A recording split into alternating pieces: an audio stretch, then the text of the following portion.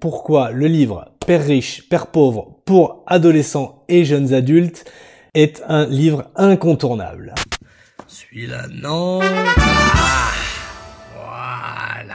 L'école apprend de nombreuses choses à vos enfants, mais elle ne leur apprend pas à gérer l'argent. Et pourtant, votre ado va en gérer toute sa vie. Dans cette vidéo, vous allez découvrir pourquoi ce livre est essentiel pour votre ado, pourquoi il est facile à lire même pour les jeunes qui n'aiment pas les bouquins, qui sont le père riche et le père pauvre, qui est Robert Kiyosaki et pourquoi son avis est précieux, les 5 grandes leçons que votre ado va retenir, pourquoi lui offrir ce livre aujourd'hui peut transformer sa vie et comment ce livre l'aide à mieux se connaître lui-même.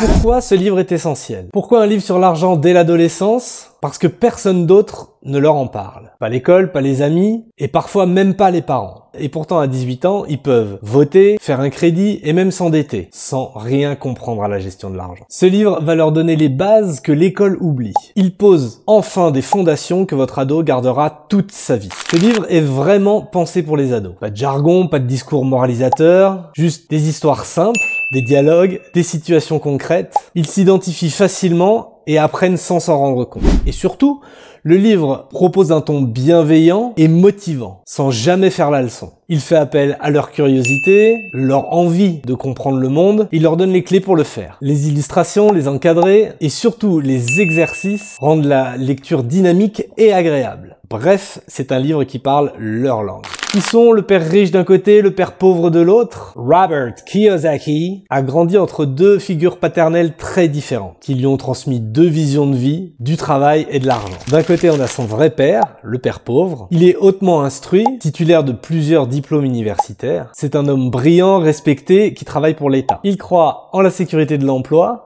aux carrières stables, aux bonnes notes et aux concours. Il enseigne à Robert les valeurs de l'éducation, le sens du devoir, l'intégrité et la rigueur intellectuelle. Grâce à lui, Robert apprend que le savoir est une force, à condition de ne pas s'y enfermer. Il lui transmet aussi des qualités précieuses, la discipline, l'humilité, la persévérance et le respect du système. Autant d'éléments utiles dans n'importe quel projet de vie. En devenant adulte, Robert utilise cette base solide pour structurer ses idées, se montrer rigoureux et persévérer même dans l'échec. Le père riche, c'est le père de son meilleur ami, Mike. Il est moins diplômé, mais entrepreneur à succès. Il n'a pas fait de longues études, mais il a compris le mécanisme de l'argent et de l'investissement, et de la création de valeur. Il apprend à Robert à faire travailler son argent, on en reparlera après, à reconnaître la différence entre un actif et un passif, on en reparle aussi après, et à penser en termes de liberté financière plutôt que de sécurité. Il l'encourage à penser par lui-même, à oser entreprendre et à ne pas avoir peur de l'échec. Et ce qui est puissant, c'est que Robert il ne choisit pas un modèle plutôt que l'autre, il choisit de prendre évidemment le meilleur des deux. Et c'est quoi le meilleur? La discipline, les valeurs, par son père pauvre, la liberté d'esprit, le sens des affaires, la pensée financière, enseigné par son père riche. Et c'est exactement ce que propose ce livre, que votre ado puisse se faire sa propre vision. Qui est Robert Kiyosaki? Le cahier d'exercice Apprendre à se connaître. Ce qui rend cette version du livre vraiment puissante, c'est qu'elle est conçue comme un cahier interactif. Alors là, vous voyez pas bien. Mais à la fin de chaque chapitre, l'auteur pose des questions. Pas pour tester, mais pour faire réfléchir. Qu'est-ce que tu crois sur l'argent? Quel métier veux-tu? Pourquoi? Faire la sécurité ou la liberté? Et ce sont justement les réponses personnelles de votre ado qui rendent ce livre si puissant et si formateur, si transformateur. Il ne s'agit pas de lire, mais de se connaître soi-même, réfléchir à ses envies, ses blocages et ses rêves. C'est autant un livre d'éducation financière qu'un outil de développement personnel. Voici 5 idées puissantes que votre ado retiendra. Il y en a bien sûr plein d'autres, c'est celle-là que j'ai choisie aujourd'hui. 1.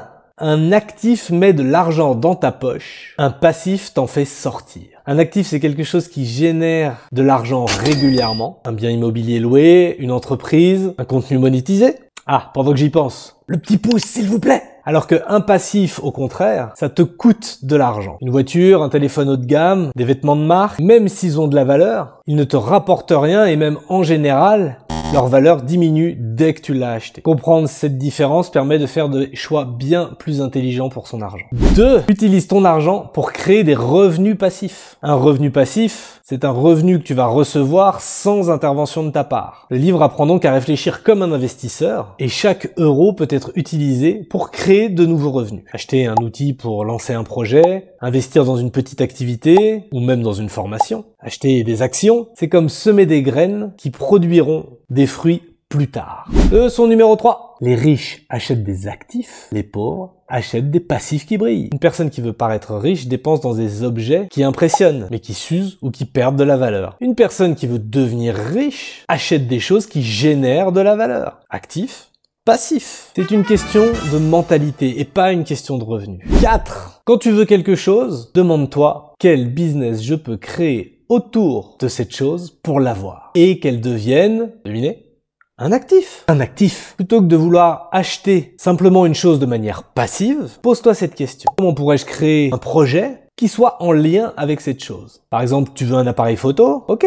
Si tu lançais un compte photo sur les réseaux, ou tu proposes des mini-séances à tes proches, qui vont peut-être parler de toi et que tu pourras faire payer, l'objet devient alors un outil qui te rapporte. 5. Le système scolaire forme des employés. Le but du livre n'est pas de dénigrer l'école, mais d'en révéler ses limites. L'école apprend à obéir, à suivre des consignes. Et ce livre apprend à penser, à créer, à gérer, à vendre. Il complète l'école en développant une vraie intelligence financière. Pourquoi offrir ce livre maintenant? Ce livre est une graine, une idée qui peut changer la trajectoire d'un jeune. Vous trouverez le lien pour le commander en description. Plus il est lu tôt, plus il a d'impact. Et en passant par ce lien, vous soutenez aussi la chaîne Argent de Poche. Car l'adolescence est le moment idéal pour semer des réflexions durables. Suis-je obligé de suivre un seul chemin? Est-ce que je peux prendre ma vie en main? Est-ce que je peux comprendre l'argent avant qu'il me contrôle? Conclusion. Merci d'avoir regardé. Dites-moi en commentaire si vous avez déjà lu ce livre et ce que vous en avez pensé, bien sûr.